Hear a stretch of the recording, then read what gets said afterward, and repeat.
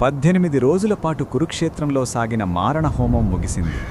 ఎటు చూసినా నెత్తురు, విరిగిన రథాలు, తెగిన ఆయుధాలు. కౌరవ సామ్రాజ్యం మొత్తం నేలమట్టమైంది. ధర్మరాజుకు విజయం దక్కింది. కాని ఆ విజయంలో ఆనందం లేదు. పంచుకోవడానికి బంధువులు లేరు. గురువైన ద్రోణాచార్యుడు, తాత భీష్ముడు, అన్నదమ్ములైన కౌరవులు అందరూ ఆ మట్టిలోనే కలిసిపోయారు. యుద్ధం పూర్తయిన తరువాత మరణించిన వీరులందరికీ అంత్యక్రియలు నిర్వహించే బాధ్యత ధర్మరాజు తీసుకున్నాడు. తన సోదరులైన భీమ, అర్జున, నకుల, సహదేవులతో కలిసి గంగానది తీరానికి చేరుకున్నాడు. చనిపోయిన తమ బంధువుల, మిత్రుల ఆత్మలకు శాంతి కలగాలని దోసిలితో నీళ్లు, నువ్వులు తీసుకుని తిలతర్పణాలు విడుస్తున్నాడు. తర్పణాలు వదిలే కార్యక్రమం దాదాపు ముగింపుకు వచ్చింది. అప్పుడే దూరంగా కుంతీదేవి నడుస్తూ వస్తోంది. ఆమె దగ్గరకు వచ్చి కన్నీళ్లు కారుస్తూ ధర్మరాజును చూసింది. కొంతసేపు మాట్లాడలేక నిలబడింది. చివరికి కంపిస్తున్న గొంతుతో ఇలా అంది, నాయనా, ధర్మరాజా, యుద్ధంలో చనిపోయిన అందరికీ తర్పణాలు వదిలేవు కదా, దయచేసి ఆ మహావీరుడు, దుర్యోధనుడి ప్రాణమిత్రుడు అయిన కర్ణుడికి కూడా ఒక దోసిలి తర్పణం వదులు నాయనా అని ఏడుస్తూ అడిగింది.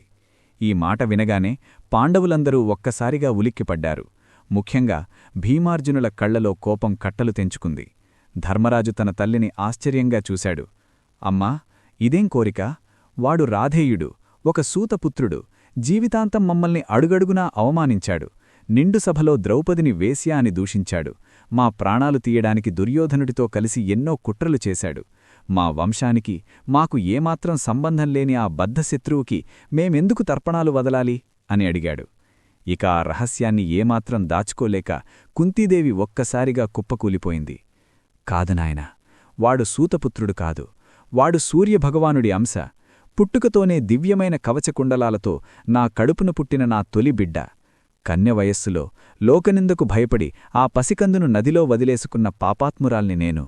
వాడు మీ శత్రువు కాదు ధర్మరాజా, మీ అందరికంటే పెద్దవాడు, మీ అన్నయ్య.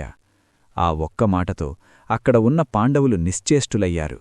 కుంతి అసలు కథ చెప్పడం మొదలుపెట్టింది. నాకు వివాహం కాకముందే దుర్వాస మహర్షి ఇచ్చిన మంత్రాన్ని పరీక్షించడానికి సూర్యభగవానుణ్ణి ప్రార్థించాను. అప్పుడు సూర్యుని వరం వల్ల పుట్టుకతోనే కవచకుండలాలతో ఆ తేజోవంతుడు జన్మించాడు. పెళ్లి కాకుండానే బిడ్డ పుడితే ఈ సమాజం నన్నూ నా తండ్రిని ఏమంటుందోనని భయపడి ఆ పసికందును ఒక బుట్టలో పెట్టి అశ్వనదిలో వదిలేశాను. ఆ తరువాత రాధా, అతిరథుడు అనే దంపతులు వాణ్ణి పించి పెద్దచేశారు. వాడు అనాథ కాదు, మీ జ్యేష్ఠ భ్రాత అని విలపించింది. ఈ మాటలు వినగానే ధర్మరాజు గుండె పగిలిపోయింది. అర్జునుడి చేతులు వణికాయి. భీముడు నేలపై నిశ్శబ్దంగా కూర్చున్నాడు. పాండవులందరూ విలవిలలాడిపోయారు. ధర్మరాజు భోరున ఏడుస్తూ తల్లిని నిలదీశాడు. అమ్మా, ఎంత పనిచేశారు? ఇంత పెద్ద రహస్యాన్ని ఇన్నేళ్లు మీ మనసులోనే ఎలా దాచుకోగలిగారు? ఈ విషయం యుద్ధానికి ముందే మాకు తెలిసి ఉంటే మేమే వెళ్ళి తన పాదాలపై పడేవాళ్లం కదా. ఈ సమస్త సామ్రాజ్యాన్ని తన చేతుల్లో పెట్టి మేము దాసుల్లా ఉండేవాళ్లం కదా. మా అన్నను మా చేతులతోనే చంపుకునేవాళ్లం కాదుగదా. తమ్ముడి చేతిలో అన్నను చంపించావుగదా తల్లి అంటూ రోదించాడు. తన సొంత అన్నను చంపుకున్నాననే అపరాధభావన ధర్మరాజును దహించివేసింది. ఇంత పెద్ద రహస్యం దాచిన తన పల్లిమీద చెప్పలేనంత కోపమొచ్చింది. ఆ ఆవేశంలో, శోకంలో ధర్మరాజు మొత్తం స్త్రీజాతికే ఒక భయంకరమైన శాపాన్నిచ్చాడు. ఇప్పటినుండి ఈ లోకంలో ఏ స్త్రీ కూడా తన మనసులో ఎలాంటి రహస్యాన్ని దాచుకోలేకపోవుగాక అని శపించాడు. ఆ శాపం వల్లే ఆడవాళ్లు తమ మనసులో రహస్యాలను ఎక్కువకాలం దాచుకోలేరని ఒక నానుడి ఉంది. ఆ తరువాత ధర్మరాజు తన చేతులమీదుగానే తన పెద్దన్న కర్ణుడికి శాస్త్రోక్తంగా తర్పణాలు వదిలాడు.